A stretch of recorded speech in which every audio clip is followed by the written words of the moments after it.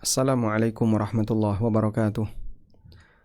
Alhamdulillah wassalatu wassalamu ala Rasulillah wa ala alihi wa sahbihi wa mawalah. Wa ashhadu an la ilaha illallah wahdahu la syarika lah. Wa ashhadu anna Muhammadan abduhu wa rasuluh sallallahu alaihi wa ala alihi wa sahbihi wa man tabi'al huda ila yaumil qiyamah. Alhamdulillah, puji syukur kita haturkan kehadirat Allah Azza wa Jal. Di kesempatan sore hari ini kembali kita lanjutkan kajian dengan membaca buku Al-Bahrul Ra'iq fi Zuhdi war Raqa'iq. Buku yang membahas tentang belajar untuk hidup lebih zuhud, belajar untuk hidup lebih wara', karya Dr. Ahmad Farid hafizahullah ta'ala. Kita masih membicarakan bab yang pertama, yaitu tentang masalah ikhlas. Dan penulis menyebutkan keterangan lanjutan tentang ikhlas. Kata beliau, fal ikhlasu tanqiyatul qalbi 'anis syawaibi kulliha, qaliliha wa katsiriha. Ikhlas itu membersihkan hati dari semua kotoran dan noda, baik sedikit maupun banyak. Hatta yatajarrada fihi qasdut taqarrub, sehingga seseorang bisa memurnikan tujuan ibadah. Qasdut taqarrub, tujuan ibadah. Fala yakunu fihi ba'ithun siwa, maka tidak ada motivasi pada dirinya selain Allah Ta'ala. Dan setan terkadang berusaha untuk menghalangi hamba. Wa yuhbitu lahu kulla amalin, dan berusaha untuk menggugurkan amalan hamba. Wala yakadu yukhlisu lahu amalun wahid, sehingga hampir tidak ada satupun amal yang murni untuk Allah. Amal ini digoda dengan A, amal ini diganggu dengan B, amal ini diganggu dengan C. Semua amal disisipi setan, keinginan-keinginan tidak ikhlas. Sehingga kalau ada satu saja keinginan tidak ikhlas pada amal itu, maka yang bersangkutan tidak mendapatkan pahala, karena tidak ikhlas. Dan setan sudah berhasil. Hanya dengan menyisipkan satu saja keinginan pada hamba yang merusak nilai keikhlasan, sehingga sang hamba tidak lagi bisa beramal dengan murni. Wa idza khalusa amalun wahid, sehingga ketika ada satu amal yang ikhlas, faqad yanju bihil abdu, berarti sang hamba telah selamat. Qila lil Imam Sahal pernah ditanya. Sahal yang dimaksud adalah Sahal At-Tusturi, salah seorang ulama yang fokus dalam masalah menata hati. Ayu syai'in asyaddu 'alan nafsi, hal apakah yang paling berat untuk diperjuangkan bagi jiwa? Qala, kata beliau, al-ikhlas. Yang paling berat itu ikhlas. Id laisa laha fihi nasibun, karena jiwa itu tidak punya jatah sama sekali kalau ikhlas. Sehingga manusia kalau ikhlas, dia berarti harus siap untuk tidak mendapatkan jatah apapun. Maka orang yang ikhlas, dia menjalani atau dia akan menghadapi sebuah resiko, di mana apa yang dia kerjakan sama sekali tidak mendapatkan hasil duniawi sepeser pun. Sehingga kata Sahal At-Tusturi, kata Imam Sahal At-Tusturi, bahwasanya ini merupakan sesuatu yang paling berat bagi jiwa, karena jiwa tidak mendapatkan jatah apapun. Fan-nafsu tuhibbudz zuhur wal madha war riyasa. Jiwa itu senang untuk nampak di permukaan, senang viral, senang mendapatkan pujian, senang dijadikan sebagai panutan, ar-riyasa. Sehingga dia jadi pemimpin, diikuti oleh orang, itu senang. Wa tumilu ilal bitalah wal kasal, dan jiwa itu mengajak orang untuk nganggur, malas-malesan. Wa zuyyinat laha syahawat, dan dihiasi untuk senang dengan syahwat wanita, anak-anak, anak laki-laki. Wal qanatiril muqantarah, kemudian aneka perhiasan, minadz dzahabi wal fiddah, baik emas maupun perak. Wal khailil musawwamah, kuda yang sudah ditundukkan, kuda yang sudah ditekang. Wal an'am, binatang ternak. wal harth, dan aneka tanaman. Fa ashaddu syai'in 'ala nafsi ikhlasun niyati lillah. Maka yang paling berat bagi jiwa adalah ketika seorang hamba bisa mengikhlaskan niat untuk Allah. Dan kita bisa lihat di sini ya, bahwa jiwa senang dikenal. Konsekuensi senang dikenal adalah senang dipuji. Sehingga berkaitan dengan interaksi orang lain, jiwa senang ketika dipuji. Yang kedua, jiwa itu ngajak orang untuk malas. Sehingga karyanya sedikit, tapi senang dipuji. Karena jiwa ngajak orang untuk, nanti ajalah, ditunda saja. Kasihani dirimu. Akhirnya dia diajak untuk malas. Dan di saat yang sama, jiwa diajak untuk senang syahwat yang mengganggu aktivitas agamanya. Senang terhadap wanita, senang terhadap lawan jenis. Akhirnya dia berbuat maksiat dengan aneka syahwat itu. Mengambil harta yang haram. Kemudian melampiaskan syahwat dengan cara yang gak benar. Dan aneka praktek yang lainnya yang dilakukan oleh hamba disebabkan karena dia ingin menuruti hawa nafsu. Qala Ayyub As-Sikhtiyani mengatakan, takhlisun niyah 'alal amal asyaddu 'alaihim min jami'il a'mal. Mengikhlaskan niat ketika beramal itu paling berat bagi mereka dibandingkan semua bentuk amal. Sehingga mana yang lebih berat? Beramal atau mengikhlaskan niat ketika beramal? Ternyata yang kedua lebih berat.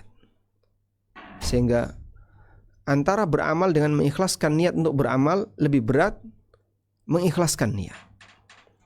Wa qala ba'duhum, sebagian ulama mengatakan, ikhlasu sa'atin najatul abadi walakin al-ikhlasu azizun. Ikhlas sesaat, al-ikhlasu sa'atan. Mungkin ini ada alif lamnya, mungkin lebih tepat ya. Ikhlas walaupun sesaat, najatul abad, akan menjadi keselamatan abadi. Namun ikhlas itu berat. Maka bagi siapa yang ingin ikhlas, ayyaqta'a mahabbatas syahwat, dia harus siap untuk memutus kecintaan terhadap syahwat dalam hatinya dan memenuhi hatinya dengan mencintai Rabb Jalla wa'ala, mencintai Allah Ta'ala. Wa yastaghriqul hammu bil akhirah, sehingga harapan dia penuh untuk akhirat. Famithlu hadza law akala aw syariba. Perumpamaan akan hal ini adalah ketika ada orang yang makan atau minum, au qada hajatahu, atau dia menunaikan hajatnya, kana khalisal amali sahihan niyyah, wa man laysa kadzalik fa babul ikhlasi masdudun alaihi illa 'alan nudur. Maka dia akan bisa mengikhlaskan amalan dan punya niat yang sahih. Jadi contohnya apa sih orang yang ikhlas ketika beraktivitas itu? Orang yang buang hajat, kata beliau. Orang yang buang hajat, dia sama sekali tidak mencari pujian, sama sekali tidak ingin mengambil bagian, sehingga najis itu hilang, ya sudah hilang. Dia nggak cari-cari apa yang bisa saya ambil bagian dari sana, tidak. Maka orang yang buang hajat, kata beliau, dia amalnya ikhlas dan niatnya fokus, lurus untuk buang hajat. Dia tidak mencari niat yang lain. Nggak ada ceritanya orang buang hajat untuk nyari emas, itu nggak ada. Nggak ada ceritanya orang buang hajat nyari pujian orang lain, terus riak, atau dia sum'ah, dia ceritakan ke orang lain, aku tadi malam buang hajat 1 kilo misalnya. Kan tidak ada orang kayak gitu. Sehingga dia tidak akan memamerkan aktivitas yang dia lakukan, tapi dia lakukan secara tersembunyi, tidak dilihat orang. Dia malu kalau itu sampai dilihat orang. Ini gambaran yang diberikan oleh beliau. Wa man laisa kadzalik. Nah, yang belum bisa sampai pada tingkatan itu, fa babul ikhlasi masdudun alai. Bab ikhlas tertutup untuknya, illa 'alan nudur, kecuali dalam hal-hal yang nudur yang jarang, yang nadir, yang jarang. Maka orang yang hatinya dipenuhi cinta kepada Allah, mencintai akhirat, taktasibu harakatuhu al-i'tiyadiyah sifatun hammahu tusiru ikhlasan. Maka gerakannya akan mengarah kepada pembiasaan, ya, yang membangun sifat di mana keinginannya selalu mengarah kepada ikhlas. Walladzi yaghlibu ala nafsihi dunya. Sementara siapa yang dunia mendominasi jiwanya, wal uluwu, dan keinginan untuk dipuji, keinginan untuk merasa lebih tinggi, war riyasa, keinginan untuk diikuti, fiha, dalam amalan itu, wabil jumlah, intinya keinginan untuk selain Allah, taktasibu jami'u harakatihi tilkas sifah. Maka seluruh gerakannya akan mengarah kepada semua sifat tadi. Fala taslamu lahu ibadatun min saumin wa salatin wa ghairi dzalika illa nadiran. Maka tidak ada yang selamat ibadah yang dia kerjakan, baik berupa puasa, salat maupun yang lainnya, kecuali nadiran, kecuali sedikit. Nadir, langka. Tumben ikhlas, biasanya nggak pernah ikhlas. Masya Allah. Dan itu ternyata dipengaruhi oleh mana yang dominan, yang tersimpan dalam batin hamba. Karena hati itu memang tersembunyi, tapi dalam kondisi tertentu akan tampak aslinya. Hati itu tersembunyi, dalam kondisi tertentu akan tampak aslinya. Makanya ketika Nabi SAW ketemu dengan sebuah kuburan yang sangat harum pada waktu kejadian Isra Mi'raj, maka Nabi SAW tanya kepada malaikat, ini kuburan siapa? Kemudian dijawab, ini adalah kuburan Masyitatu binti Fir'aun, tukang sisirnya putri Fir'aun. Masyitah itu bukan nama, Masyitah itu sebutan, artinya tukang sisir. Masyit, mushtun itu artinya sisir.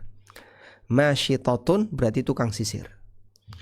Orang yang biasa nyisiri rambutnya putrinya Fir'aun. Baik.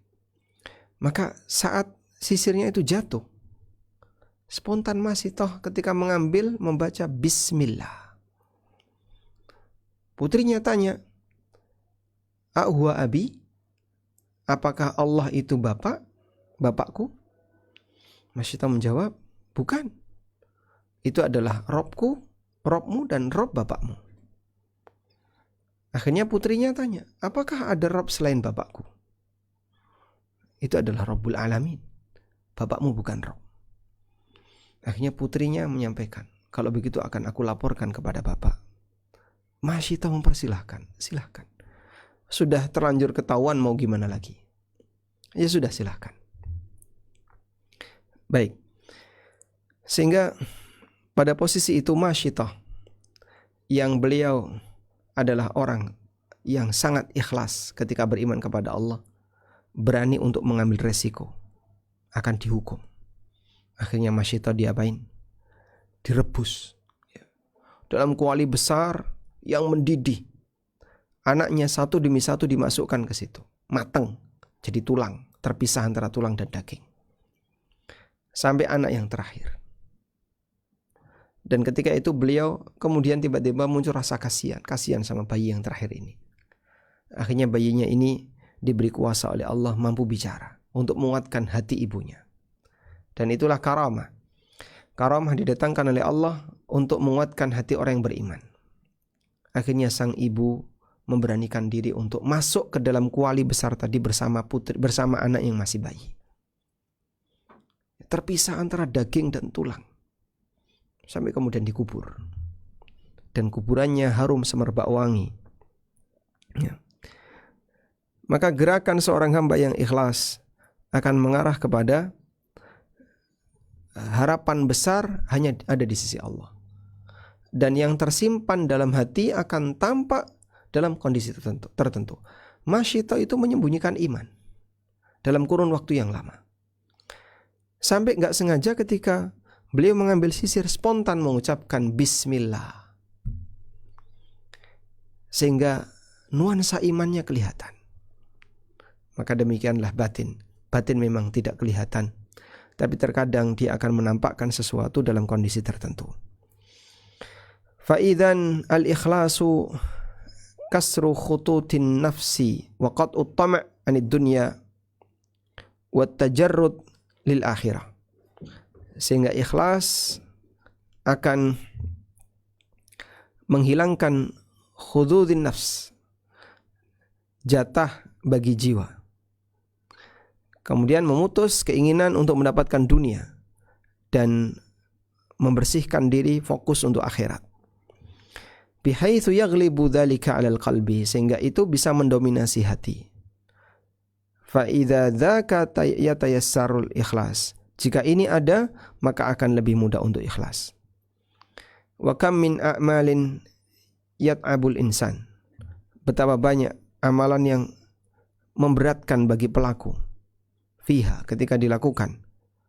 Wa yadhunnu annaha khalisatun liwajhillah, dan dia menyangka kalau dia ikhlas untuk mengharapkan wajah Allah. Wa yakunu fiha minal maghrurin, sementara hakikatnya dia termasuk di antara orang yang maghrurin, orang yang tertipu. Merasa ikhlas padahal dia tidak ikhlas.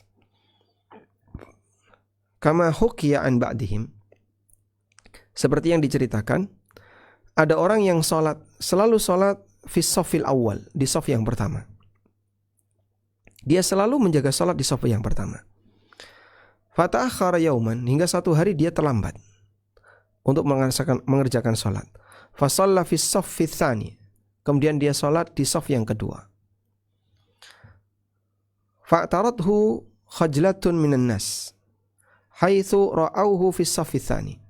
Tiba-tiba dia merasa sangat malu dari banyak orang karena ketika mereka melihat orang ini berada di shaf yang kedua, dia merasa malu.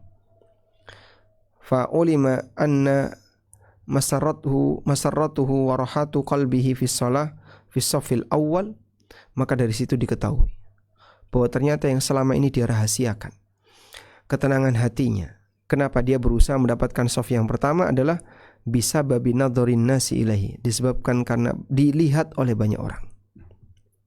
Dia selalu di shaf yang pertama terus, sampai suatu ketika dia telat di shaf yang kedua, itu dia merasa malu. Nah, sampai ungkapan rasa malu tadi terlihat orang. Akhirnya dinilai oleh orang, oh berarti selama ini tujuan dia sholat di shaf yang pertama itu, dan dia merasa bangga karena ingin dilihat oleh masyarakat. Sehingga mungkin kalau seperti ini di tempat kita, orang menyangka itu ikhlas, memperjuangkan untuk selalu dapat shaf yang pertama. Tapi ternyata latar belakang kenapa dia melakukan seperti itu adalah karena dia ingin mendapatkan pujian orang. Wa hadza daqiqun ghamidun qallama taslamul a'mal min amsalihi. Dan seperti ini detail sekali. Jarang ada amal yang bisa selamat dari nuansa batin seperti ini. Wa qalla man yantabihu lahu illa man waffaqahu Allah Ta'ala. Dan jarang orang yang menyadari kecuali mereka yang diberi taufik oleh Allah Ta'ala. Wal ghafiluna 'anil ikhlas yarawna hasanatihim yaumal qiyamah sayyi'atin. Orang yang lalai dari ikhlas, mereka akan melihat amal baik yang dia lakukan besok di hari kiamat berubah jadi dosa. Wahumul maqsudun biqaulihi, dan seperti itulah yang disinggung dalam firman Allah Ta'ala, wa badalahum minallahi ma lam yakunu yahtasibun. Nampak di hadapan mereka dari Allah sesuatu yang tidak pernah mereka perhitungkan. Wa badalahum sayyi'atu ma kasabu, dan tampak di hadapan mereka amal buruk yang telah mereka kerjakan. Di ayat yang lain di surat Al-Kahfi Allah mengatakan, Qul hal nunabbi'ukum bil akhsarina a'mala. Maukah kutunjukkan kepada kalian manusia yang paling rugi amalannya? alladzina dhalla sa'yuhum fil hayatid dunya, yaitu orang yang menyimpang, tersesat amal perbuatannya di kehidupan dunia, wa hum yahsabuna annahum yuhsinuna sun'a, sementara dia menyangka telah berbuat baik. Sehingga yang enggak perhatian dengan masalah ikhlas, dia merasa dapat pahala, tapi ternyata hakikatnya dia sedang berbuat dosa. Karena amal tidak ikhlas jadi maksiat. Kenapa, Pak? Jadi dia riya. Yang disebut oleh Nabi SAW syirkun asghar. Amalnya amal apa? Amal sunnah. Riyaknya nilai dosanya lebih besar daripada dosa besar. Sebab syirik asghar lebih besar daripada dosa besar. Sehingga Anda bisa bayangin ya. Amal berupa sholat sunnah, kecampuran riya. Sholat sunnah, amal sunnah, riya, syirik. Memang syirik kecil. Yuk kan syirik kecil, Pak. Syirik kecil jangan diremehkan. Syirik kecil nilai dosanya lebih gede daripada syirik akbar. Sehingga yang sholat sunnah ini amal sunnah. Tapi syirik kecil lebih gede dosanya daripada dosa besar. Jadi kira-kira bagaimana ini? Andaikan dia tidak beramal sholat sunnah, dia tidak melakukan syirik kecil tadi, dia tidak melakukan riya, kan lebih ringan itu dibandingkan ketika dia melakukan amal sunnah tapi di saat yang sama dia riya. Maka dia melakukan sebuah amalan yang mengantarkan dia untuk berbuat dosa yang sangat besar. Itulah riya. Qala fil Ihya, disebutkan dalam kitab Ihya Ulumuddin. Faqad dhahara bil adillati wal iyan. Telah diketahui berdasarkan dalil dan realita di lapangan. Annahu la usula ila sa'adah, di mana seseorang tidak akan bisa mendapatkan keberuntungan, kebahagiaan, illa bil ilmi wal ibadah, kecuali dengan ilmu dan ibadah. Kata beliau, ya, Al-Ghazali menyebutkan, dan nasihat ini benar, orang tidak akan bisa mendapatkan kebahagiaan kecuali dengan ilmu dan ibadah. Fal amalu bi ghairi niyatin, beramal tanpa niat, anaun, hanya sebuah kelelahan.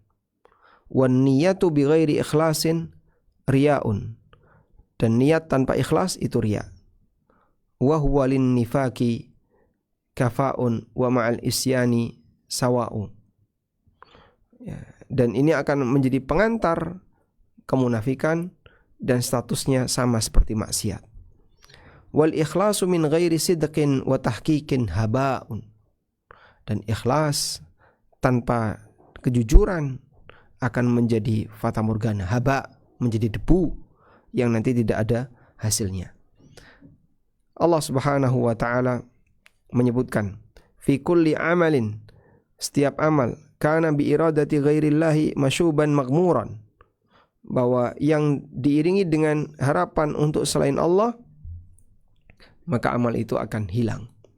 Allah Ta'ala berfirman, wa qadimna ila ma amilu min amalin faja'alnahu haba'an manthura, dan kami akan hadapi amalan yang mereka kerjakan, lalu kami jadikan amalan itu haba'an manthura, debu yang berterbangan.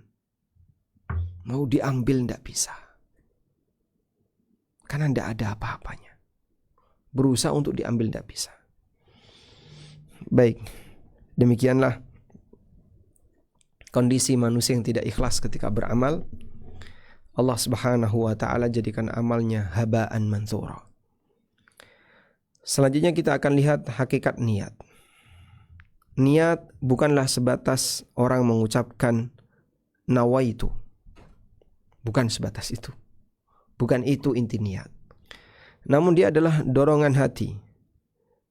Yajri majral futuh minallah, yang statusnya seperti hidayah dari Allah. Sehingga terkadang niat mudah untuk dihadirkan di sebagian waktu, wa qad tata'adzaru fi ba'diha, dan kadang sulit untuk dihadirkan di sebagian waktu yang lain. Kadang kesempatan itu ada, tapi keinginan tidak ada.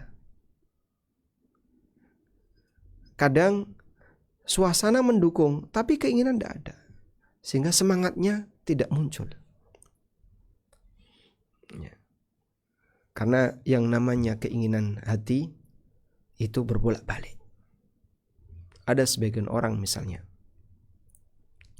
sebelum dia punya kekayaan, dia berpikir nanti kalau punya kekayaan akan berangkat umroh, berangkat haji, rajin sedekah dan seterusnya. Dia berpikir seperti itu. Begitu diberi oleh Allah Subhanahu wa taala kekayaan, kesempatannya ada, waktunya ada, hartanya ada, tapi dia nggak mau melakukan. Nah, maka seseorang kalau tidak punya niat, tidak ada imbi'athul qalbi, tidak ada dorongan batin, dia tidak akan tergerak. Disitulah makna bahwasanya hakikat dari niat adalah hidayah. Hakikat dari niat, kata beliau, yajri majral futuh minallah. Al-futuh artinya pembukaan, maksudnya adalah hidayah dari Allah. Niat, ibadah atau taat, hakikatnya adalah hidayah dari Allah. Sehingga kenapa seorang hamba punya semangat ingin melakukan A, ingin melakukan B, ingin melakukan C? Karena triggernya ada, yaitu taufik dari Allah Ta'ala.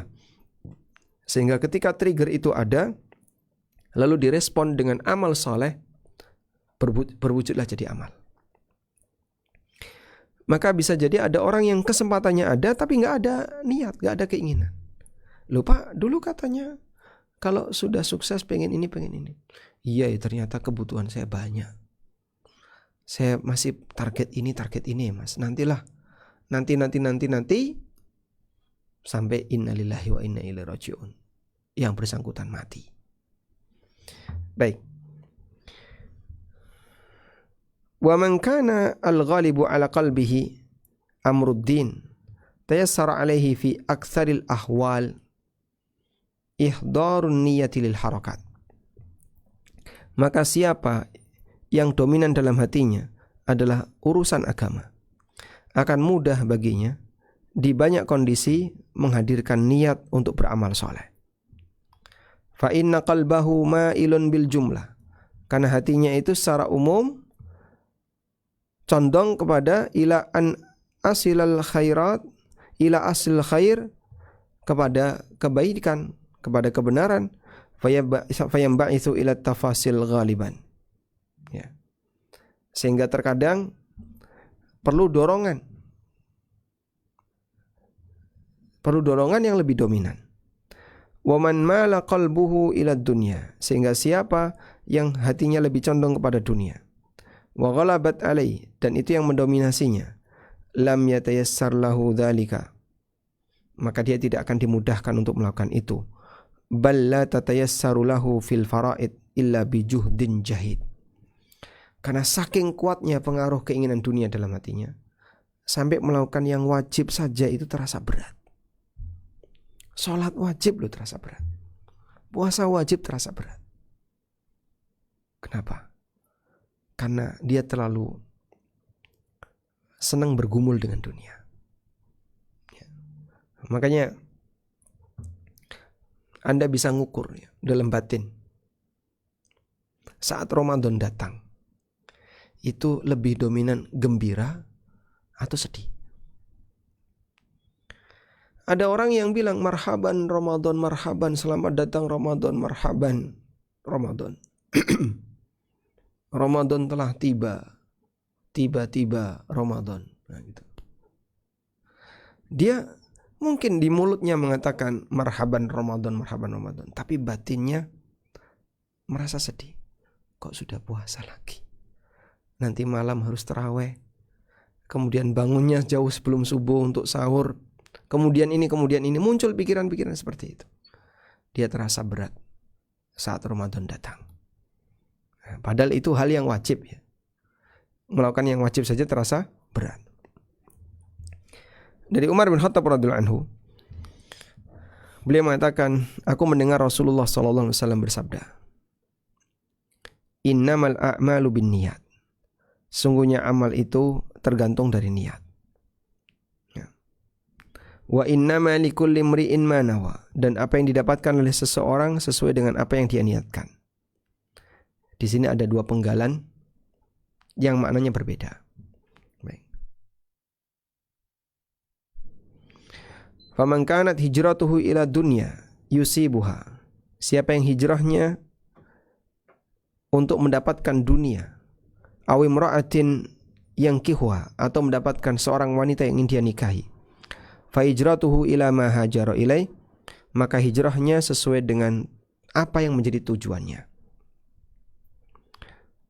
Ruya 'ani Syafi'i, diriwayatkan dari Imam Syafi'i rahimahullah, annahu qala, beliau mengatakan, hadzal haditsu thuluthul ilmi. Hadis ini senilai sepertiga ilmu. Kita lihat keterangan yang disampaikan oleh penulis. Sabda Nabi SAW, innamal a'malu binniyat, ini berkaitan dengan diterima dan tidaknya amal saleh yang sesuai dengan sunnah. Manutun bitawaffurin niyatis salihah, tergantung dari keberadaan niat yang baik. Wa huwa kaqoulihi innamal a'malu bil khawatim. Ini seperti sabda Nabi SAW, amal itu tergantung dari ujungnya. Sehingga di sini terdapat kaidah syariat al-hanif, bahwa seseorang niatnya atau amalnya sah atau tidak tergantung dari niat. Makanya niat ini lebih kuat pengaruhnya daripada amal itu sendiri. Niat lebih kuat pengaruhnya daripada amal.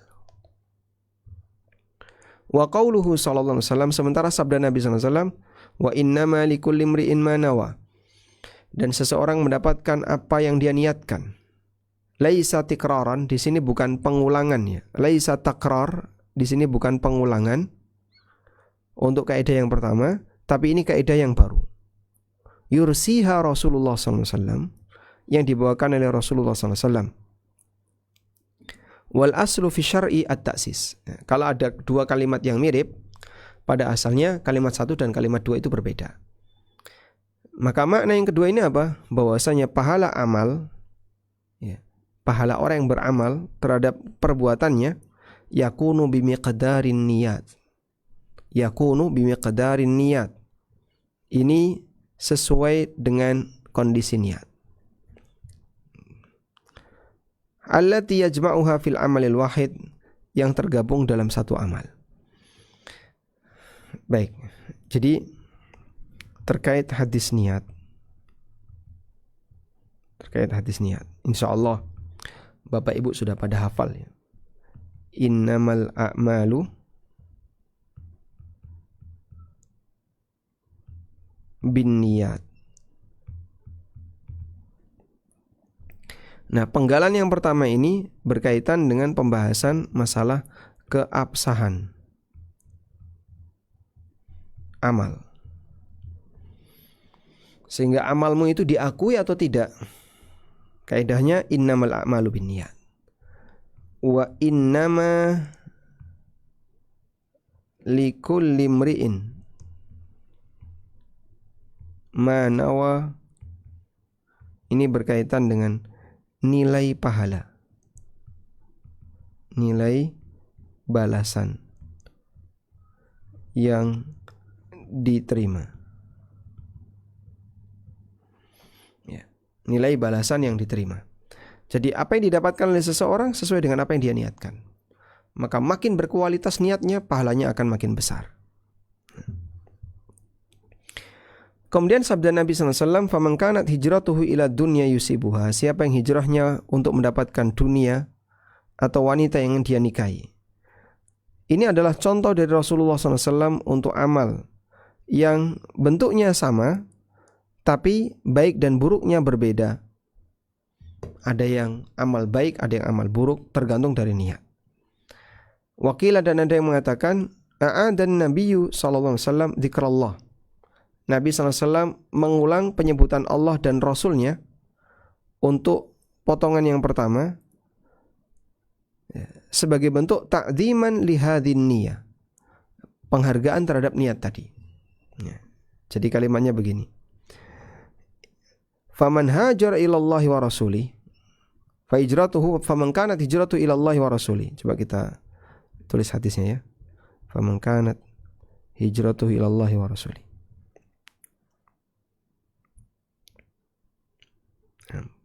Perhatikan ini. Faman kanat hijratuhu ilallahi wa rasuli. Siapa yang hijrahnya untuk mendapatkan Allah dan Rasulnya. Nah, diulangi lagi oleh Nabi SAW, fahijratuhu ilallahi wa rasuli. Maka hijrahnya akan mendapatkan balasan sebagaimana orang hijrah kepada Allah dan Rasulnya. Wa man kanat hijratuhu lidunya. Nah, sekarang giliran contoh yang kedua. Orang yang hijrahnya untuk dapat dunia. Siapa yang hijrahnya untuk dapat dunia? Yusibuha aw imra'atin yankihuha, atau ingin dapat wanita. Fahijratuhu ila ma hajara ilai. Di situ Nabi SAW tidak mengulangi. Maka apa yang dia dapatkan dari hijrahnya sesuai dengan yang dia niatkan. Beliau tidak mengulangi fahijratuhu ila dunya aw imra'atin yankihuha. Beliau tidak mengatakan demikian. Tapi yang beliau sampaikan adalah faman kanat hijratuhu lidunya yusibuha aw imra'atin yankihuha fahijratuhu ila ma hajara ilai. Beda dengan penggalan yang pertama. Kalau yang pertama kan, siapa yang hijrahnya kepada Allah dan Rasulnya, ya, berarti dia akan mendapatkan pahala hijrah kepada Allah dan Rasulnya. Siapa yang hijrahnya untuk kepentingan dunia atau wanita yang ingin dia nikahi, maka apa yang dia dapatkan dari hijrahnya sesuai dengan niatnya. Nah, begitu saja. Sesuai dengan niatnya. Beliau tidak mengulang kata harta dan wanita. Baik, selanjutnya beliau mengatakan wali qadri hadzal amal al-mashhub bihadzin niyah. Ya. Mengingat amal yang diiringi dengan niat semacam ini, wa hatta tataladzatul qulub, sampai hati taltadzid wal alsina, merasa menikmati untuk berzikir kepada Allah dan Rasulnya. Walam yatakarrar fil juz'i tsani, sementara untuk penggalan yang kedua tidak diulang. Tahqiran li hadzal amal, untuk meremehkan amal tadi. Maksudnya ini ya. Jadi fa hijratuhu ila ma hajara ilai, di sini tidak diulangi kata untuk dunia dan wanita tadi. Beda dengan hijrah kepada Allah dan Rasulnya. Nah, kenapa tidak diulangi? Karena perbuatannya hina, maka tidak penting untuk diulang. Baik. Selanjutnya, niat yang saleh, niat yang baik. La tughayyirul ma'asi, tidak bisa mengubah status maksiat sebagai perbuatan dosa, an mawadi'iha. Maka tidak boleh dipahami, ya, orang bodoh memahami dzalika min umumi qaulihi ta'ala. Ini bagian dari makna sabda Nabi SAW, innamal a'malu binniyat. Fayadhunnu anal ma'siyata tasiru ta'atan binniyat. Maka dia menyangka bahwasanya maksiat bisa jadi taat dengan niat. Nah, beliau ngasih catatan di sini ya. Sebagian orang salah paham dengan hadis innamal a'malu binniyat. Amal itu tergantung dari niat. Sehingga yang penting itu niat. Yang penting itu niat. Akhirnya gimana? Ternyata prinsip tadi yang penting niat dijadikan sebagai, prinsip ini dijadikan sebagai kaidah untuk membenarkan perbuatan salah. Sehingga saat dia berbuat salah diingatkan, ini tidak benar nih, kayak gini tidak boleh, salah ini. Ini judi, ini riba, ini gharar. Nah, apa dia bilang? Tergantung niatnya. Innamal a'malu binniyat. Kamu salah dalil. Innamal a'malu binniyat bukan untuk itu. Fa idzan qauluhu sallallahu alaihi wasallam, maka sabda Nabi sallallahu alaihi wasallam, innamal a'malu binniyat yakhussu min aqsamil amali tsalatsa. At-ta'at wal mubahat. Bahwa hadis innamal a'malu binniyat ini hanya berlaku untuk 3 atau berlaku untuk amalan taat dan amalan mubah, bukan amal maksiat. Jadi orang terkadang begini ya, melakukan dosa dan maksiat. Saat orang melakukan dosa dan maksiat, dia beralasan dengan niat. Yang penting kan niatku apik, yang penting niat saya baik. Padahal yang dia lakukan jelas perbuatan dosa dan maksiat. Diterima enggak? Enggak diterima, Pak. Kenapa enggak diterima? Niat yang baik tidak bisa mengubah status maksiat menjadi taat. Sehingga maksiat tetap maksiat walaupun orangnya mengklaim melakukan niat yang baik, punya niat yang baik.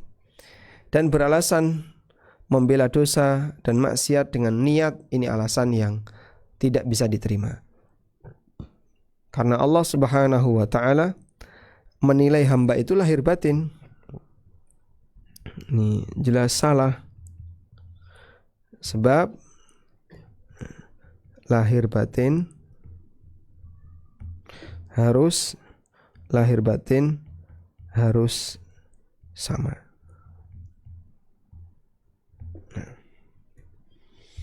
Sehingga melakukan dosa atau maksiat dengan alasan tergantung niat saya, ini salah. Karena lahir batin itu harus sama. Lahir batin dinilai oleh Allah, dihisab oleh Allah. Artinya gimana?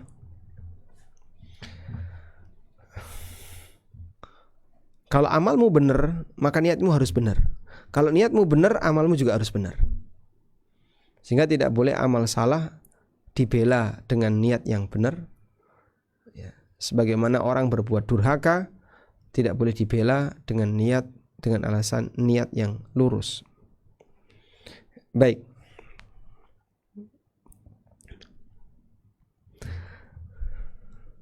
Sebab Nabi SAW pernah mengatakan, lahir batin dihisab oleh Allah.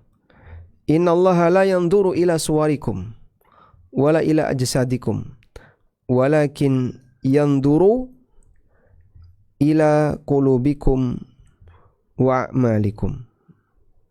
Allah Subhanahu wa taala tidak melihat jasad kalian maupun rupa kalian, tapi yang Allah lihat adalah ila qulubikum wa a'malikum, hati kalian dan amal perbuatan kalian.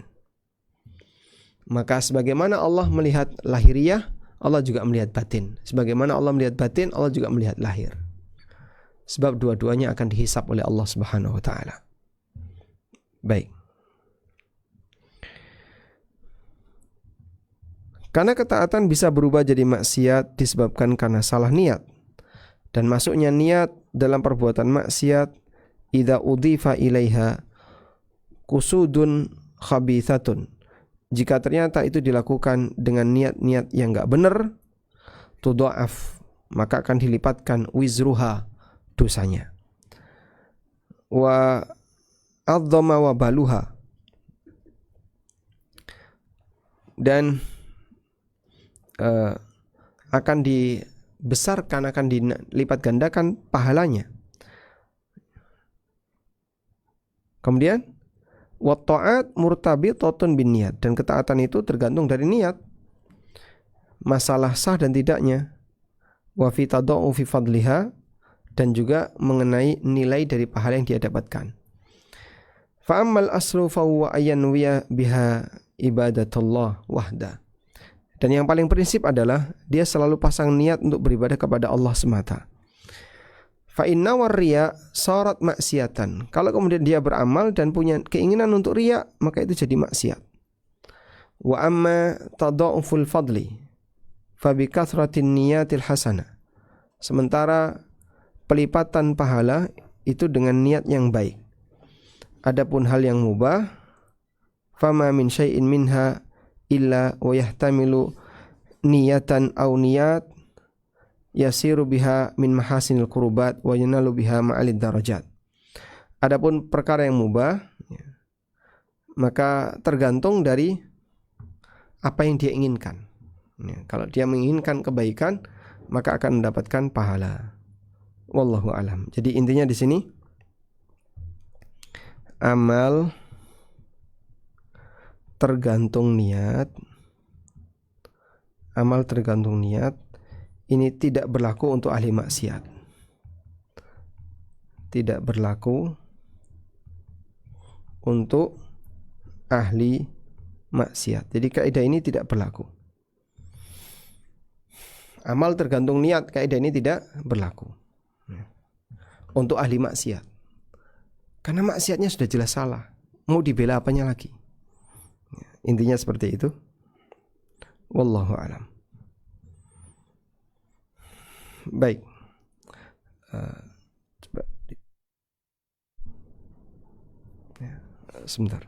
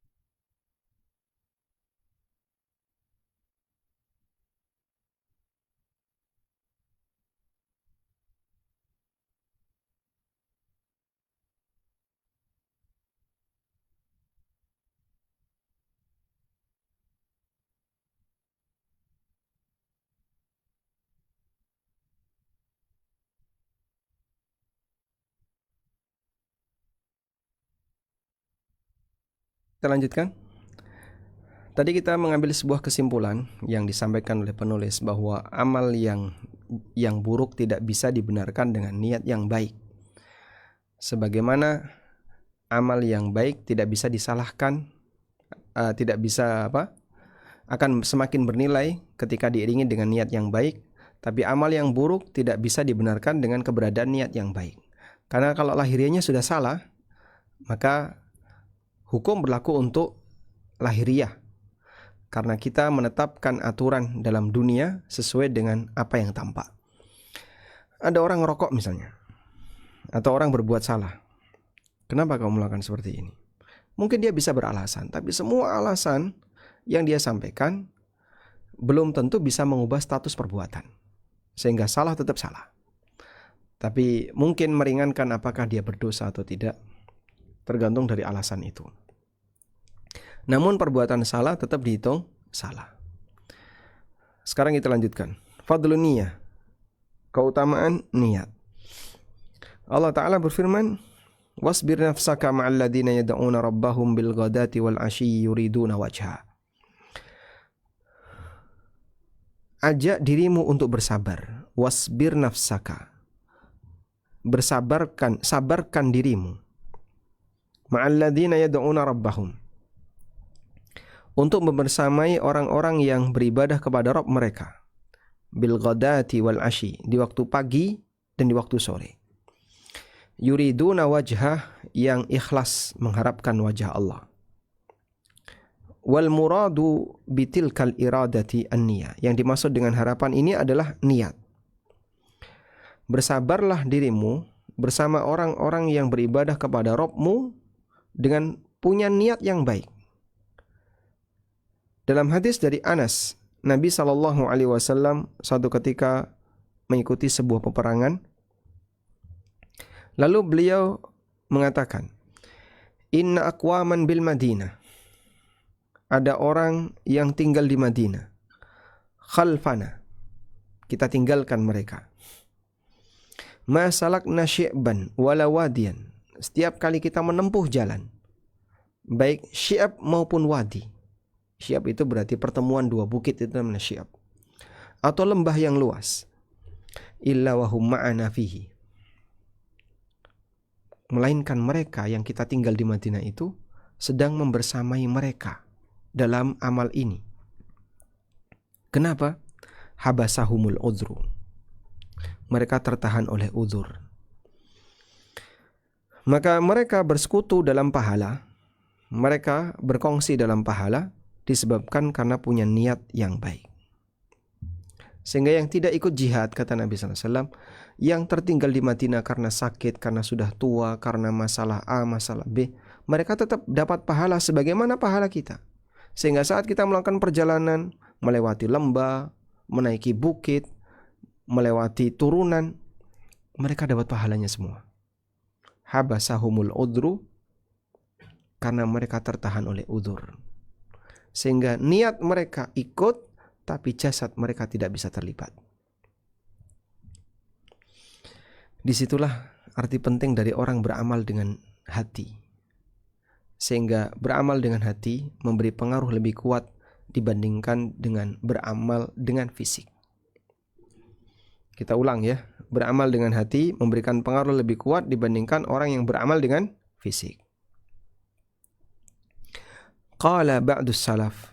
Sebagian ulama salaf mengatakan, dan yang mengatakan ini adalah Abdullah bin Mubarak.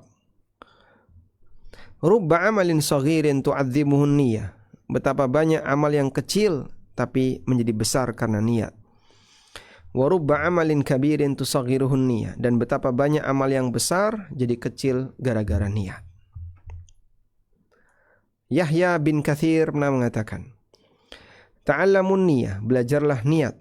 Fa innaha ablaghu minal amal. Karena niat itu lebih cepat sampai daripada amal itu sendiri. Sehingga dengan niat yang tulus, yang kuat, niat itu sudah sampai mendapatkan ridha Allah sebelum amalnya selesai. Maka orang yang beramal, dia sudah punya niat yang baik, semangat yang baik, lalu dia beramal. Sebelum amalnya selesai mati, maka dia akan tetap mendapatkan pahala di sana.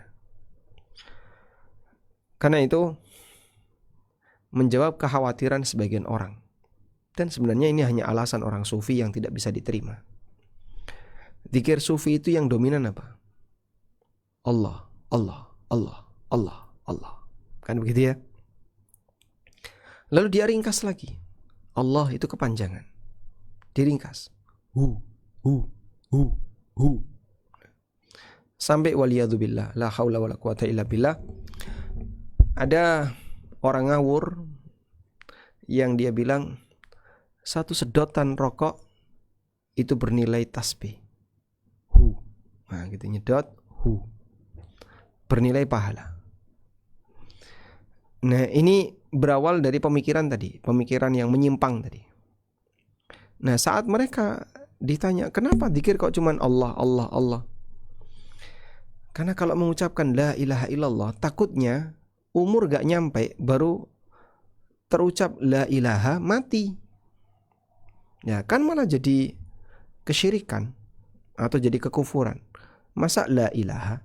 Harusnya kan la ilaha illallah. Dikhawatirkan ketika umur gak sampai mati. Baik, orang seperti ini kita berikan jawaban. Berarti kalau begitu sebaiknya Anda tidak beramal. Karena semua amalan itu berpeluang orang mati di tengah. Sehingga misalnya sholat duhur baru dapat 1 rakaat mati. Sholat duhur kok 1 rakaat? Ajaran apa itu? Harusnya kan 4 rakaat. Terus gimana itu Pak? Ya nanti daripada kamu mati di tengah sholat duhur, belum selesai sholat duhur, mati baru dapat 1 rakaat, 2 rakaat, kamu membuat hal yang baru. Sholat duhurmu jadi dosa. Su'ul khotimah itu. Nah gitu kan analoginya. Terus gimana Pak? Maka analogi sufi seperti ini salah. Analogi sufi seperti ini salah. Sehingga kita bisa pastikan bahwa penjelasan mereka kenapa kita mengucapkan Allah, Allah, Allah dan tidak la ilaha illallah, karena takut nanti gak sampai umurnya baru dapat la ilaha mati. Berarti ini juga akan berlaku untuk semua amal. Berarti kalau begitu kamu jangan beramal. Baca saja Allah, Allah, Allah, gak usah sholat. Nah, lalu kita perlu paham bahwa yang namanya pujian itu bentuknya ada 2. Menyebut kelebihan. Atau yang kedua adalah menyucikan. Menyucikan dari kekurangan. Inilah pujian. Sehingga kalau tidak ada sisi kelebihan dan tidak ada bentuk menyucikan dari sisi kekurangan, yaitu bukan pujian. Maka sebatas kata Allah, Allah, sisi pujiannya ada di mana? Anda tidak menyebutkan sifat kesempurnaan untuk Allah, kecuali kalau Anda mengatakan Allahu Akbar. Nah, barulah ini pujian. Allahu Akbar. Atau Alhamdulillah. Kalimat Alhamdulillah. Atau kalimat La haula wala quwwata illa billah. Atau yang semisalnya.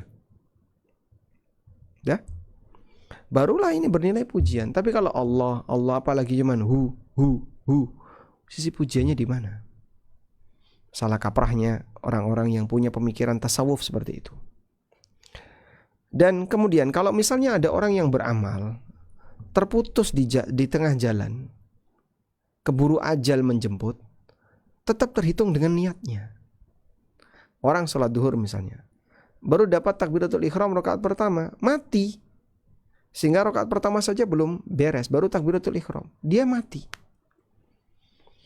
Berarti kan dia husnul khatimah, karena dia mengakhiri hidupnya dengan amal soleh. Dia mengakhiri hidupnya dengan amal soleh. Ini husnul khatimah. Maka orang semacam ini tidak perlu khawatir, saya belum merampung sholat sudah mati. Justru ketika itu Anda sedang beramal soleh, mati dalam keadaan amal soleh, akan bernilai pahala. Baik. Wa qala ba'duhum tijaratun niyah tijaratul ulama. Sebagian ulama mengatakan perdagangan niat itu dagangannya para ulama. Maknanya adalah bahwasanya para ulama mereka mengetahui bagaimana yu'amiluna rabbahum, bermuamalah dengan Rabb mereka. Dan mereka tahu bagaimana cara mendapatkan keuntungan dari Allah dengan keuntungan yang besar.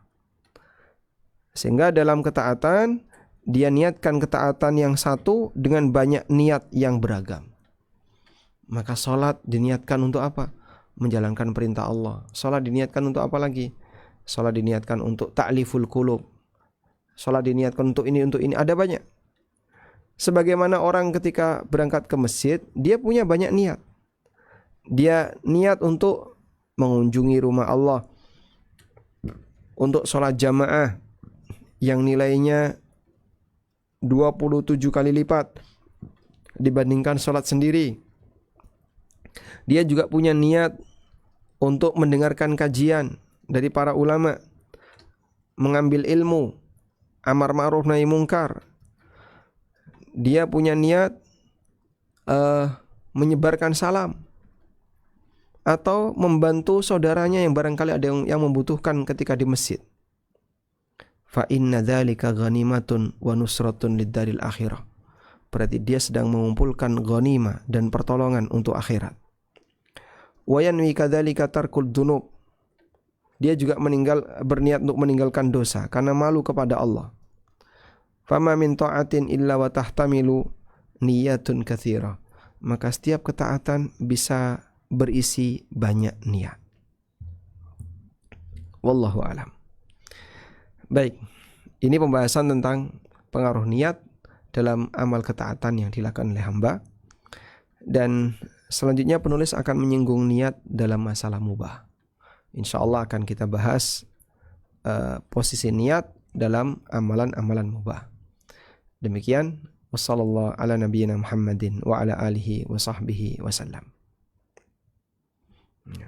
Assalamualaikum ya Ustadz. Waalaikumsalam warahmatullahi wabarakatuh. Jazakumullah khairan Ustadz atas ilmu yang disampaikan. Izin bacakan pertanyaan.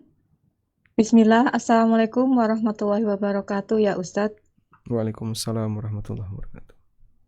Mohon nasihatnya Ustadz, bagaimana jika kita jadi takut beramal karena takut riya atau tidak ikhlas Ustadz? Jazakumullah khairan. Nah, ini juga bagian dari godaan setan.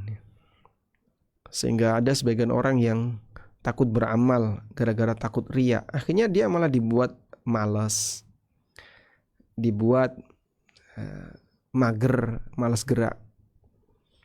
Jadi dia diajak untuk jadi pengangguran, lalu tenggelam dengan aktivitas duniawi yang tanpa makna. Nah, terus gimana? Ya belajar. Sehingga gagal jangan dijadikan sebagai alasan untuk takut belajar. Kita tahu yang namanya anak bermain sepeda punya potensi gagal, jatuh dan seterusnya. Tapi kalau gara-gara takut jatuh, takut kepleset, takut ini, jangan kau main sepeda. Selamanya tidak akan bisa bersepeda. Orang ketika berlatih mengendarai mobil, ada banyak resiko yang akan dihadapi. Mungkin ketabrak atau nabrak atau yang lainnya. Tapi kalau itu jadi alasan terbesar sehingga dia tidak mau untuk belajar nyetir mobil, ya selamanya tidak akan bisa. Baik, maka kurang lebih seperti itu. Kita belajar untuk ikhlas, berusaha untuk menghindari riya, dan amal yang diiringi dengan riya itu bisa menjadi maksiat. Ini bukan dalam rangka untuk menurunkan semangat seorang hamba dalam beramal. Tapi di sini adalah penjelasan tentang bagaimana kita harus waspada ketika beramal agar selalu murni untuk Allah. Wallahu a'lam. Jazakumullah khairan Ustadz atas jawabannya. Pertanyaan berikutnya Ustadz. Assalamualaikum Ustadz. Barakallahu fikum. Izin bertanya, mohon maaf di luar tema. Apakah boleh laki-laki yang sedang ihram memakai kaos kaki di bawah mata kaki saat musim dingin Ustadz? Jazakumullah khairan. Ada fatwa yang disampaikan oleh Dr. Utsman Al-Khamis, Syekh Dr. Utsman Al-Khamis, hafizahullah, beliau melarang itu. Karena masuk dalam kategori pakaian. Masuk dalam kategori pakaian yang membentuk lekuk badan. Sehingga walaupun di musim dingin, maka lelaki tidak boleh pakai sepatu, tidak boleh pakai kaos kaki, meskipun ya kaos kakinya di bawah mata kaki. Wallahu a'lam. Tapi kalau nggak kuat ya, kakinya nggak kuat, nggak apa-apa dia pakai kaos kaki, bahkan dia pakai sepatu. Namun nanti dia harus bayar dam atau bayar fidyah, karena dia melakukan pelanggaran disebabkan uzur, maka dia bayar fidyah. Fa fidyatun min siyamin aw shadaqatin aw nusuk. Fidyahnya bisa puasa atau sedekah, memberi makan 6 orang miskin. Dan ini yang paling gampang, memberi makan 6 orang miskin. Maka kesalahan tadi dibayar dengan bayar fidyah, memberi makan 6 orang miskin untuk 1 porsi makanan. Kalau di sana kurang lebih ya 20 real, berarti 120 real untuk 6 orang miskin. Insya Allah itu sudah mencukupi. Wallahu a'lam. Jazakumullah khairan Ustadz atas jawabannya. Pertanyaan berikutnya Ustadz. Bismillah. Assalamualaikum warahmatullahi wabarakatuh ya Ustadz. Waalaikumsalam warahmatullahi wabarakatuh. Izin bertanya Ustadz. Kadang kita ingin berhenti berbuat baik karena merasa selalu dimanfaatkan orang lain Ustadz. Bagaimana membedakan antara ikhlas berbuat baik dan membiarkan diri dimanfaatkan Ustadz? Jazakumullah khairan. Saya tidak paham yang dimaksud dimanfaatkan di sini ya. Jika yang dimaksud dimanfaatkan oleh orang lain di sini adalah ada orang yang mendapatkan keuntungan dari perbuatan baik Anda, ya seharusnya memang demikian. Karena kita berbuat baik untuk orang lain kan berarti ada orang yang mendapatkan keuntungan. Tapi jika yang dimaksud memanfaatkan di sini adalah digunakan oleh orang itu untuk berbuat maksiat, nah ini beda lagi. Atau digunakan oleh orang itu untuk hal yang gak benar, ini juga tidak boleh kalau begitu. Karena kita tidak boleh ta'awun alal ismi wal udwan, tolong menolong dalam maksiat atau tindakan melampaui batas. Sehingga kalau Anda menyadari dengan perbuatan ini si A itu makin malas. Misalnya ya, contoh sederhana. Suami punya kewajiban memberi nafkah kepada istri. Sudah? Tapi karena istrinya punya harta, sehingga istri suka ngasih ke suami. Entah ngasih A, ngasih B, tapi itu membuat suami jadi malas kerja. Akhirnya dia sama sekali tidak punya sumber pendapatan, sehingga boro-boro dia ngasih nafkah ke istrinya, malah dia dinafkahi oleh istrinya. Dan suami merasa, ya yang penting kan hidup kita sudah cukup, aku gak perlu ngasih nafkah ke kamu. Nah kalau kayak gini Anda sebut dimanfaatkan, betul. Karena ternyata perbuatan Anda menyebabkan si lelaki ini jadi tidak mau menunaikan kewajiban. Segera hentikan, segera dihentikan. Sudah? Terus gimana Pak? Ya dia harus dipaksa untuk kerja karena dia punya kewajiban mencari nafkah. Nah, kalau dimanfaatkan dalam bentuk seperti ini, betul ya. Anda harus menghindar. Dan seorang muslim sebisa mungkin jangan sampai membantu orang lain untuk semakin maksiat atau jauh dari ketaatan. Wallahu a'lam. Jazakumullah khairan atas jawabannya Ustadz. Izin bertanya. Assalamualaikum Ustadz. Barakallahu fiik. Ketika membantu orang lain, kemudian orang itu tidak berterima kasih dan bahkan malah menyakiti kita, sehingga sering muncul rasa menyesal telah membantunya Ustadz. Bagaimana cara menjaga hati agar tetap tulus dan tidak menyesal dalam berbuat kebaikan Ustadz? Jazakumullah khairan. Syekh As-Sa'di rahimahullah itu punya buku judulnya Al-Wasail Mufidah lil Hayati Sa'idah. Buku ini terkenal sekali ya, tipis bukunya. Sarana untuk bisa mendapatkan kehidupan yang bahagia. Sehingga kajian-kajian tentang hidup bahagia banyak merujuk di buku ini jika yang menyampaikan asatidzah Ahlussunnah. Nah, salah satu di antara tips bahagia yang beliau sampaikan itu adalah tafsir untuk ayat ini, surat Al-Insan ayat yang ke-8. Di surat Al-Insan ayat yang ke-8, dan bukan cuma ke-8 ya, kanan kirinya. Dimulai dari surat Al-Insan ayat yang ke-8. Wa yut'imuna at-ta'ama 'ala hubbihi miskinan wa yatiman wa asira. Innama nut'imukum liwajhillah. Innama nut'imukum liwajhillah la nuridu minkum jazaan wala syukura. Di antara sifatnya penduduk surga, mereka itu kata Allah, yut'imuna at-ta'ama 'ala hubbihi, memberi ke orang lain sesuatu yang dia cintai. Miskinan wa yatiman wa asira, baik kepada orang miskin, kepada anak yatim, atau kepada tawanan. Innama nut'imukum liwajhillah, dan dia mengatakan, tujuan kami ngasih ini murni untuk Allah. La nuridu minkum jazaan wala syukura. Kami tidak mengharapkan balasan maupun rasa terima kasih. Nah, kata beliau, Orang ketika berbuat baik kepada orang lain dan dia tidak mengharapkan rasa terima kasih dari orang itu, rasanya plong. Plong maksudnya gimana, Pak? Hatinya tidak nyangkut dengan apa yang diperbuat oleh orang itu. Mau kamu berterima kasih maupun tidak, saya nggak memikirkan itu. Sehingga dia nggak sakit hati ketika tidak diberi ucapan terima kasih. Dia tidak merasa emosi atau gelo, menyesal karena dia tidak memberikan ucapan terima kasih. Ya sudahlah, dia nggak, ya sudah. Tujuan saya bukan itu. Sebab saya bermuamalah dengan makhluk, kata kuncinya ini. Hamba yang ikhlas bermuamalah dengan makhluk.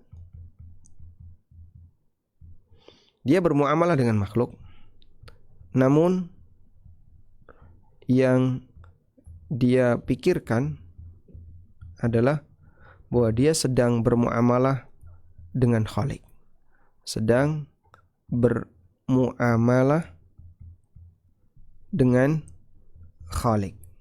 Begini, pada saat dia bermuamalah dengan makhluk, tapi yang dia pikirkan adalah dia sedang bermuamalah dengan Khalik. Seperti itu.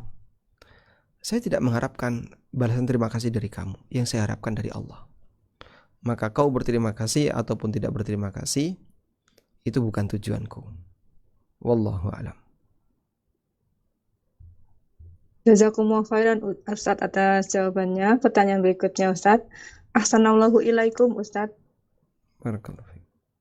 Afwan, izin bertanya di luar tema, menyambung pernyataan Ustadz yang tadi. Apakah kita harus tetap menghormati suami yang tidak mau menafkahi istrinya, Ustadz? Jazakumullah khairan. Kalau menghormati, iya. Jadi suami tidak menafkahi istri itu pelanggaran. Maka pelanggaran suami tidak boleh dijadikan alasan istri melakukan pelanggaran. Maksudnya gimana, Pak? Suami punya kewajiban, istri punya kewajiban. Begitu? Sehingga ketika suami tidak menunaikan kewajibannya kepada istri, maka istri jangan meninggalkan kewajibannya kepada suami. Tapi Pak, rasa gak terima itu ada, Pak. Sakit hati kita. Iya, Anda mungkin akan sakit hati. Lah terus, pilihan Anda dua. Satu, bertahan. Tapi Anda harus menunaikan kewajiban istri kepada suami. Yang kedua, pisah. Sehingga kalau Anda nggak betah dengan seperti ini, suami saya nggak kerja, dia nggak sama sekali tidak ngasih nafkah, padahal dia mampu untuk itu, dan Anda nggak sanggup untuk itu, Anda berhak untuk mengajukan khulu. Sampaikan ke pengadilan bahwa suami tidak ngasih nafkah ke saya. Dan hak nafkah ini salah satu hak yang paling dijaga oleh syariat. Makanya dalam Al-Quran banyak penjelasan itu. Kalau sampai melanggar, Nabi SAW mengatakan, kafa bil mar'i ithman ayyudayyi'a may yaqut. Cukuplah seseorang telah melakukan perbuatan dosa jika dia menyanyiakan orang yang wajib dia nafkahi. Wallahu a'lam. Maka kalau misalnya istrinya nggak sanggup untuk bertahan, ya silahkan ajukan gugat cerai. Nah, Jazakumullah khairan Ustadz atas jawabannya. Pertanyaan berikutnya Ustadz. Bismillah. Assalamualaikum warahmatullahi wabarakatuh ya Ustadz. Waalaikumsalam warahmatullahi wabarakatuh. Apakah ada cara untuk kita meluruskan niat Ustadz?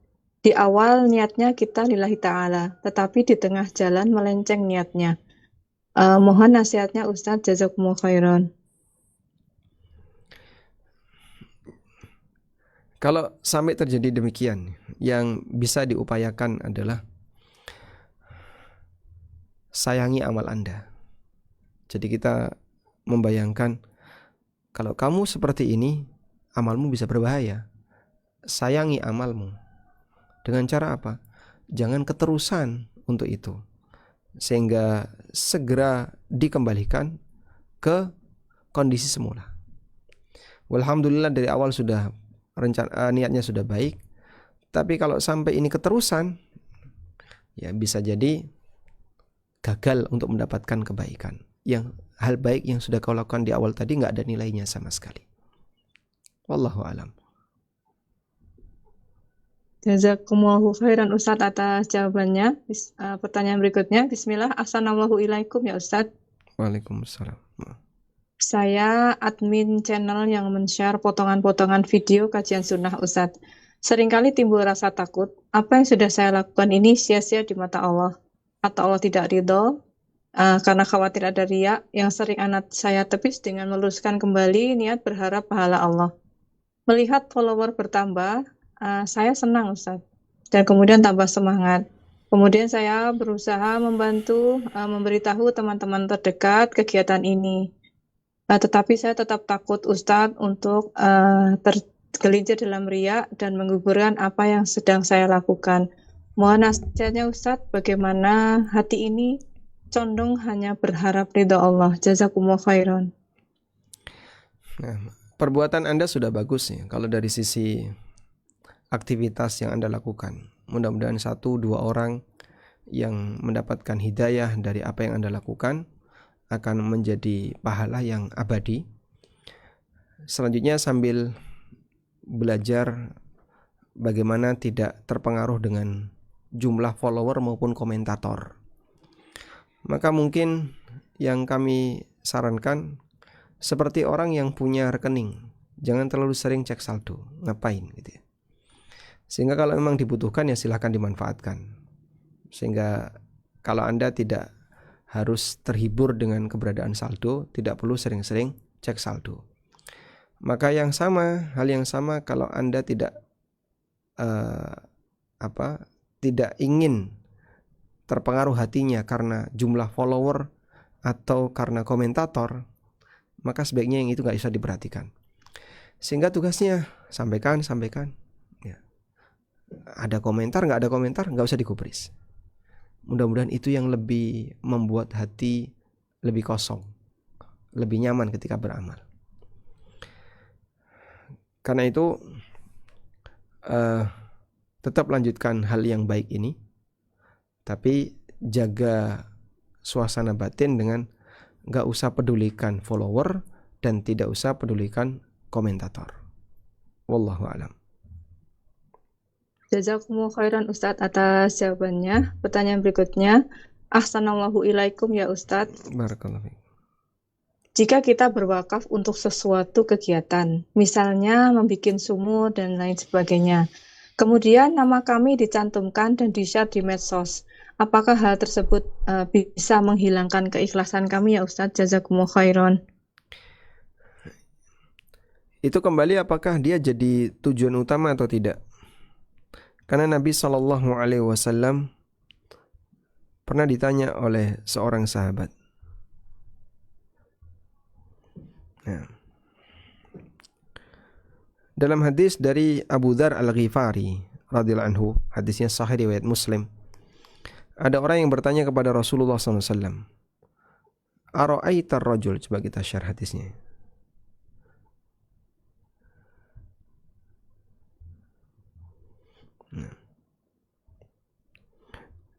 Qila li Rasulillah, ada orang yang bertanya kepada Rasulullah SAW, Ara'aitar rajula ya'malul amala minal khair.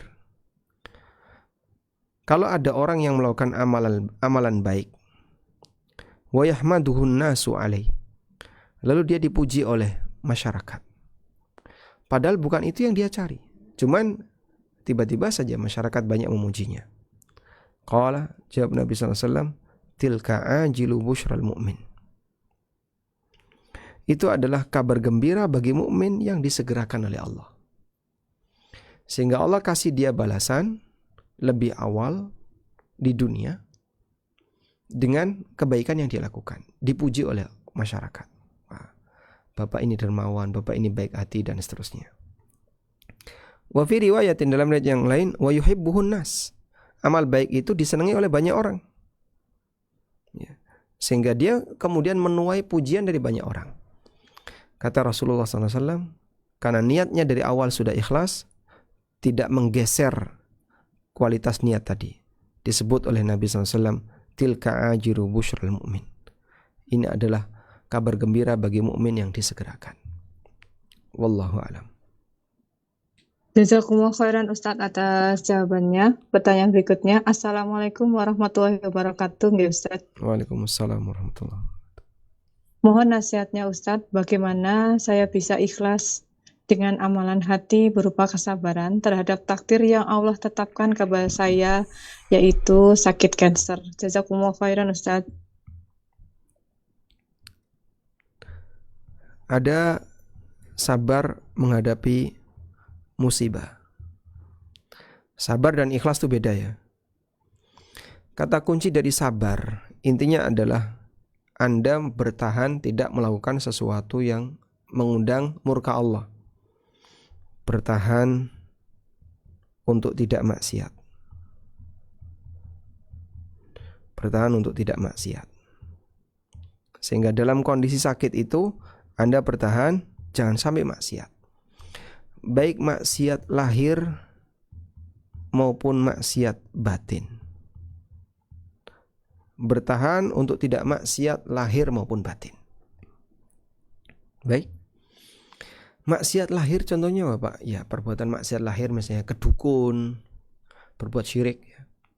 Atau melakukan pengobatan yang haram, sampai minum darah ular. Atau minum minuman yang haram, ada orang berobat pakai khamr dan seterusnya. Itu maksiat lahir. Sehingga kadang ada orang yang gak sabar, ini kapan toh sembuhnya ini akhirnya kedukun. Ada orang yang gak sabar, disarankan, coba kamu makan ular, makan darahnya ular. Maka dia makan darah ular. Coba kamu minum ini, jamu cap orang tua misalnya. Padahal itu memabukkan. Nah seperti itu maksiat lahir. Kalau maksiat batin benci kepada Allah. Kemudian suudzon kepada Allah. Maksiat lahir kita tulis ya. Misalnya ke dukun atau mengkonsumsi yang haram. Kemudian di situ ada maksiat batin. Contohnya suudzon kepada Allah. Suudzon kepada Allah. Contohnya gimana Pak? Dia merasa Allah zalim kepadanya. Waliyadzubillah. Padahal Allah tidak pernah zalim kepadanya. Nah, selama Anda bisa jaga diri, tidak melakukan ini, berarti sabar. Kemudian bisa dinaikin tuh kualitas sabarnya. Dengan apa? Ridho. Naik ke atas jadi ridho. Sehingga sabar plus. Sabar plus ini jadi ridho. Bagaimana caranya seseorang bisa menjadi ridho? Dia mengatur suasana batin di mana dia merasa dengan sakit yang dia derita menggugurkan dosa. Yaitu meyakini bahwa sakit ini menghapus dosa. Di saat dia meyakini itu, ketika dia sakit, dia tidak akan merasa itu jadi beban. Ini bisa menghapuskan dosa saya, menghilangkan dosa-dosa saya.